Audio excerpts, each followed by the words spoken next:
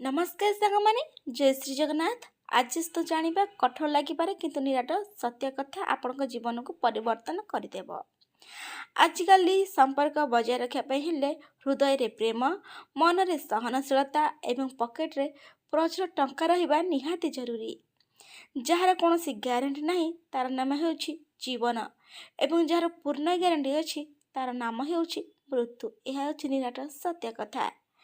जेपरी तीर छाड़िया पूर्व पछकु टिके भिड़ा जाए ठीक सेहीपरि भल दिन देखा पूर्व प्रथमे खराब दिन को देखा पड़ी थाए। जो घरे प्रत्येक निष्पत्ति महिला मानकर शेष मत थाए बा जो घर महिला माने ही निष्पत्ति नहीं थांती सेठरे पुरुष मानक सम्मान रास्तार बिक्री हुए। ग्रहण करने को शिखंतु, प्रत्याख्यान मध्य करने को शिखंतु एवं जोठारे आपण को सम्मान दिया जाए नहीं सेठारु चली आसवा मध्य शिखंतु। केही भी प्रथम सिगारेट एवं प्रथम बियर को किणिकी पियंते नहीं। यह सबले कौनसी ना कौनसी दानशील व्यक्ति द्वारा करा जाय थाए। केही ना केही दान करथांते याको। ता सहित एमिति मध्य कहा जाए ना ने पी दे किछि हेब नाही। कहीं सेबठारु ही गोटे मनीष खराब रास्ता को पड़े थाए।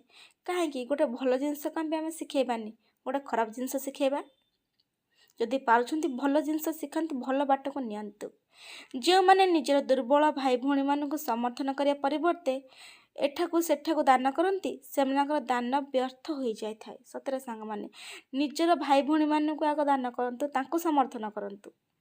जड़े महिला को पितामाता घर कि सौंदर्यर प्रशंसा करने एवं जड़े लेखक सम्मुखें पुस्तकर प्रशंसा करने यह तांकर प्रिय हाँपाई एक अविकल अस्त्र हो जाए थाए। कह जाए जे जदि जीव सुधरी जाए तेबे जीवन को सुधारिबा पाई बेसी समय लगे नहीं, कारण एक अनियंत्रित जीव आपणकर पूर्वर होइथिबा काम को ही नष्ट कर दिए। सेथिलागि जीव को निज आयत्तरे रखंतु। सुगंधी बंधुक चित्र एवं चरित्र कौन से परिचय आवश्यक नहीं, से माने निजको परिचय दियंती। जड़े व्यक्तिर सबठार बड़ पराजय बा हार हेउछि सेतेबेले हुए जेतेबेले से ठीक थिबा सत्य भूल लोक आगे मुंड नुआए तार हेटा सेतेबेले ही तार हेता सबुठ बड़ हार। वृद्ध माने कहते जे धन महिला भाग्यरू एवं संतान पुरुष मानक भाग्यरू आसी थाए। सेथिपाई केबे भी धन पाई पुरुष को छाड़ंतु नहीं एवं केबे भी संतान पाई स्त्री को छाड़ंतु नहीं। जेतेबेले घर भांगी जाए महिला जनक सबुठ अधिक कष्ट पाती, कारण सी अन्य मानक कथा शुणिकी ही निज सुखी परिवार को नष्ट कर दे थांती। यौतुक भाव दि जाइथिबा टंका झियो पाई कौनसी काम आसीब नाही, किंतु तार शिक्षा पाई खर्च होउथुवा टंका ताकू एक दृढ़ भविष्य दे थाए। सतरे सांग माने सेथिलागि छुआ को आग माने गोटे योग्य बनातु, पाठ साठ पढ़े गोटे मनीष करातु। पूर्वपुरुष माने कहती चारोटी जिनस सब जंत्रणा दिए। पछपटे ड्रेन, भौणीर शाशु घरे भाई, पादरे फोटका एवं किछि माछ माने। चारोटी जिनस सर्वदा ग्रहण करंतु। एक रे गरीब लोकर भोज, दुई रे जड़े संभ्रांत स्त्रीर प्रेम जदिओ से देखा पाई सेते सुंदर नहेले भी, भाईर क्षमा जदिओ ताहा कष्टकर होइथाए, आउ बंधुर उपहार जदिओ ताहा माटर भी होइथाए। यही चारोटी को ग्रहण करने शिखंतु। प्रत्येक समस्यार तीनोटी समाधान अच्छी, यह ग्रहण करंतु किंबा परिवर्तन कर दियंतु किंबा ताकू परित्याग कर दियंतु। आपणक स्वप्न को आपणक निश्वास रे सक्रिय रखंतु। आपणक स्वप्न को आपणक निश्वास रे रखंतु। आपणक लक्ष्य स्थल को आपणक आश्रय रखंतु। विजय आपणकर ही हेब।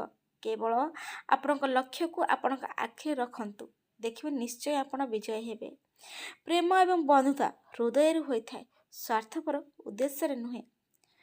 आपणक भल पणिया प्रमाण करंतु नहीं। जदि आपणक चरित्र दृढ़ तेबे समय निजे लोकों को आपणकर मूल्य कहीदेव। केबे भी कहार भावना सहित खेलंतु नहीं, केबे भी कहार भावना सहित खेलंतु नहीं।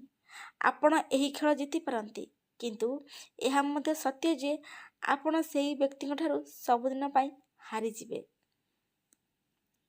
केवल सेही व्यक्ति सफल हुअंती जिए केबे निज सहित केबे भी सालिश करती नहीं। सेही व्यक्ति ही ସଫଳ ହୁଅନ୍ତି।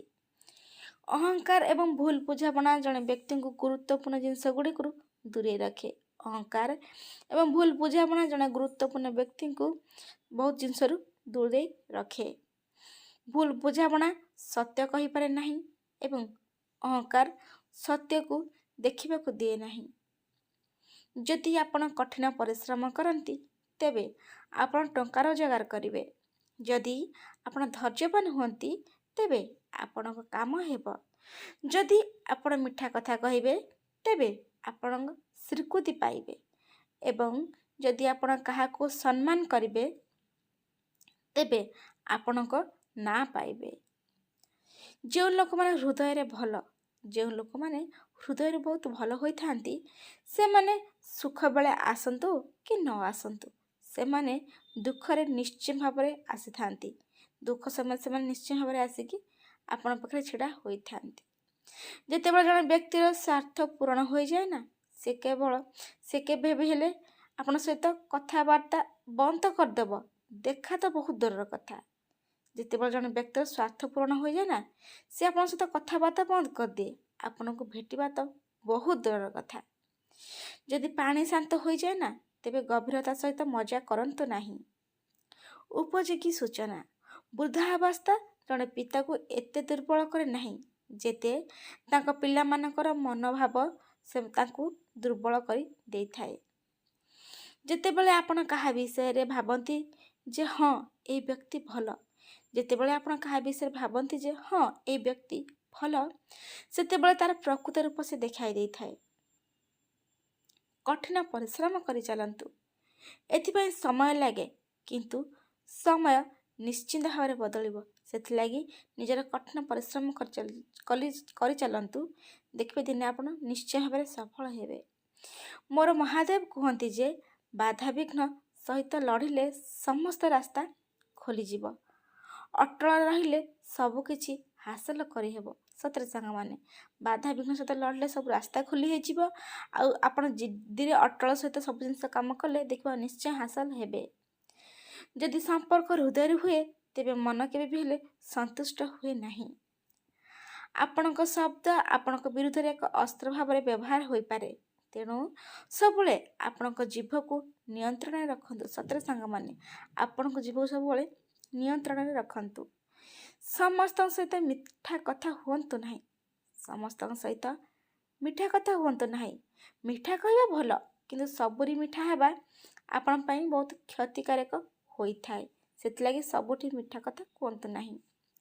କେତେକ ସମୟରେ ଶକ୍ତି ଆବଶ୍ୟକ ହୁଏ ଯାହାଦ୍ୱାରା ଅନ୍ୟ ବ୍ୟକ୍ତି ଆପଣଙ୍କୁ ହାଲୁକା ଭାବରେ ନ ନିଅନ୍ତି। ସେଥିଲାଗି କିଛି ସ୍ଥାନରେ ଶକ୍ତି ମଧ୍ୟ ଆବଶ୍ୟକ ହୁଏ। ଏମିତି ନୂଆ ନୂଆ ଭିଡ଼ିଓ ଦେଖିବା ପାଇଁ ସାଙ୍ଗମାନେ ଚ୍ୟାନେଲକୁ ସବସ୍କ୍ରାଇବ୍ କରନ୍ତୁ, ଲାଇକ୍ କମେଣ୍ଟ ସେୟାର ବି କରନ୍ତୁ। ସମ୍ପୂର୍ଣ୍ଣ ଭିଡ଼ିଓ ଦେଖିଥିବାରୁ ଆପଣଙ୍କ ହୃଦୟରୁ ବହୁତ ବହୁତ ଧନ୍ୟବାଦ। ଆଜି ପାଇଁ ସାଙ୍ଗମାନେ ଜୟ ଶ୍ରୀ ଜଗନ୍ନାଥ।